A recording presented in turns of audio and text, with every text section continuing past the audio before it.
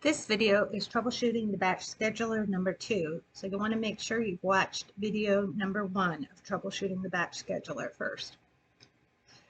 So I'm going to click on the stats link. So the scheduler is run already. I'm going to the stats link.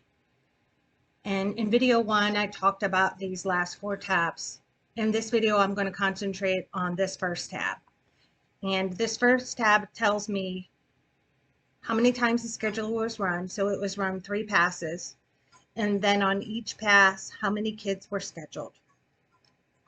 What I'm really concentrating on are these last 2 statistics, the total scheduled for all passes and percent scheduled for all passes.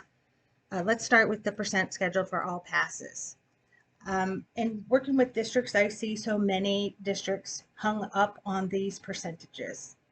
And they try to get 90 some percent, 100 some percent, and in most cases that's impossible. When I look at the 12th grade, this 21% fully scheduled, that's not good. Obviously, we need to work on that. We get into this 74%, we're 8th graders. That might be as good as it gets. We need to look into that further. Also, something else I'm going to concentrate on is this. Well, I want to mention about percent fully scheduled. That means if Johnny has 2 course requests and the scheduler scheduled both course requests, he is fully scheduled. He might have 4 periods still open, but that's not the scheduler's job. The scheduler's job is to fulfill every course request the kid has. So if Timmy has 9 course requests and the scheduler fulfills 9 of them, he's fully scheduled. If Sarah has 1 course request and the scheduler fulfills that 1 course request, Sarah is fully scheduled. The opposite of that is if Lincoln has 7 course requests and only 2 get fulfilled, then he is partially scheduled, included in this statistic down here. Now this fully scheduled with request error statistic, we have students in that boat. So there's probably 1 or 2 or 3 kids. I don't know. I can't figure out this percentage off the top of my head. But that means if we were to look at this request status messages tab again, there are kids on here. So there's this student number, there's this student number, 3 student numbers, so 4 kids total. And if we look at this one, 16489, that's the student number, and the student has 1 or more requests that are not approved. So what we need to do is we can look at that, and this is when I recommend you open another browser. What you don't want to do is start clicking extra tabs, because that can make some really wonky results, and things will update on one page and not update on another, and you'll think there's a problem with Dazzle when there's really a problem with your browser. If you're going to open another session, it needs to be an in private session or an incognito session, and all browsers have that option. So I've opened another browsing session and I've looked up this student. I'm on her request page, so that 100-604-089. And I look at a request page. Well, sure enough, here CCP Human Anatomy, it says student pending, forensic student pending. Well, the 1 course request that is approved, lunch, got scheduled. So that's why she is fully scheduled with request error, because she had 1 approved course request and it got scheduled. The batch scheduler will only schedule course requests that are approved. I want to show you a nifty little trick. If I click on this pencil for lunch, so the pencil in the left column, this will tell me how that course request was entered. So this is grayed out and checked, mass request rule created. That means someone went into that mass update rules page and said, all 11th graders, active non-resident, give them a request for lunch. And they executed that. And when you use that page, it automatically locks that request and approves that request. And when it says locked, that would mean if this student was still able to go onto the public module and enter her own course requests, she wouldn't be able to delete the request for lunch because it's locked.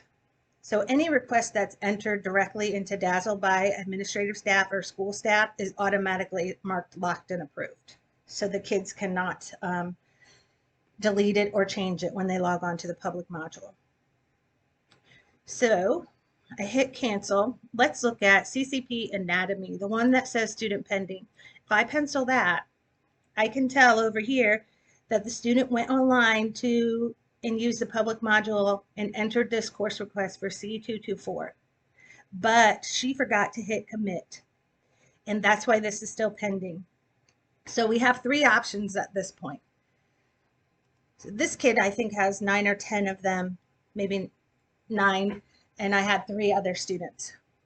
First option, I could go into these quickly. I just have 4 kids. It's easier for me to just do locked and approved and save. And now this request is approved and the batch scheduler is going to schedule it the next time it runs. Same, I would repeat that process, locked, approved, save. I would do that for all their course requests, and I do it for the other 3 kids. So that's the first option. Second option is to have the kid go back to the online course request and log in again and hit commit. It's summertime. That's obviously not an option for us at this point. Third option is to send us a ticket and say, hey, we have a whole bunch of students who forgot to hit commit and their requests are pending and the scheduler is not scheduling them. Can you ask state support to mass update them to approve? And we'll send your ticket up to state support, and depending on their workload, they could have this fixed in 15 minutes, an hour, or maybe it'll be the next day, but they'll mark all the course requests from student pending to approved. All right, let's go back to the stats. All right, so I'm going back to student scheduled summary. The partially scheduled, in video number 3, I'm going to show you how I troubleshoot these partially scheduled kids, because these are the ones we need to worry about. Like I said before, student had 7 course requests, but they only got 5 of them. We need to figure out why those 2 course requests weren't scheduled.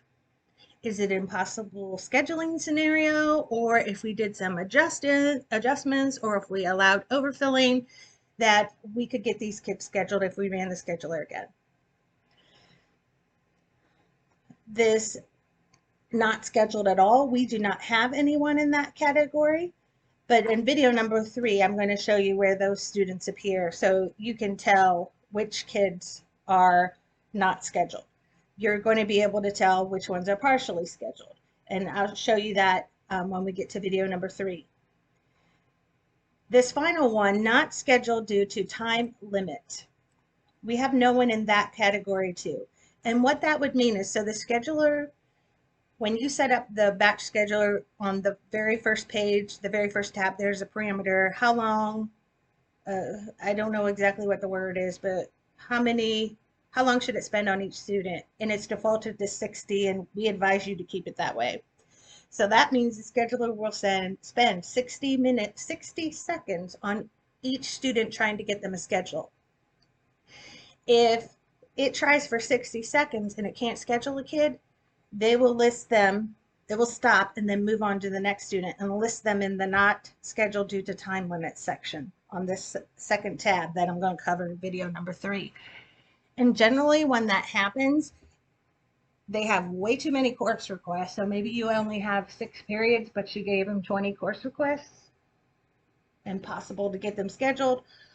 Or what I've also seen is if you have alternate requests and they're looping. So if they can't get in Spanish 1, give them French 1.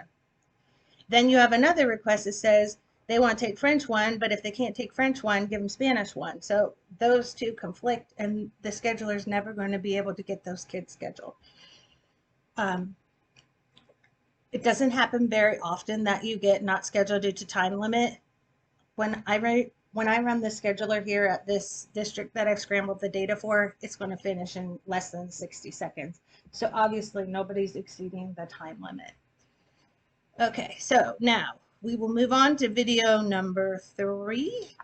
So I'm going to stop the record now.